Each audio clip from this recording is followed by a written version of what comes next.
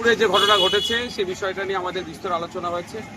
যারা মূল কালপিট তাদের প্রত্যেককে গ্রেফতার করতে হবে, সর্বোচ্চ শাস্তির ব্যবস্থা করতে হবে, সেই বিষয়ে আলোচনা হয়েছে। এসপি সাহেব আশ্বস্ত করেছেন তাদের অ্যাডারে আছে, যত দ্রুত সম্ভব তাদেরকে অ্যারেস্ট করা হবে। তিনি এটাও আমাদেরকে বলেছেন যদি ওই যারা মেল কালপিট তাদের যদি কোনো লোকেশন আমরা পাই সেটাও শেয়ার করতে বলেছে, আমরা গ্রেফতার করবো। আমরা এসপি সাহেবকে দুটো বিষয় উত্থাপন করেছি। প্রথমত, এই ধরনের ঘটনা সম্প্রীতির বাংলায় কোনোভাবেই কাম্য নয়, যেটা আমাদের জালাল সাহেব বলিষ্ঠভাবে বলেছেন, যেটা বাংলার ঐতিহ্য নয়, এটাকে বন্ধ করতে হবে।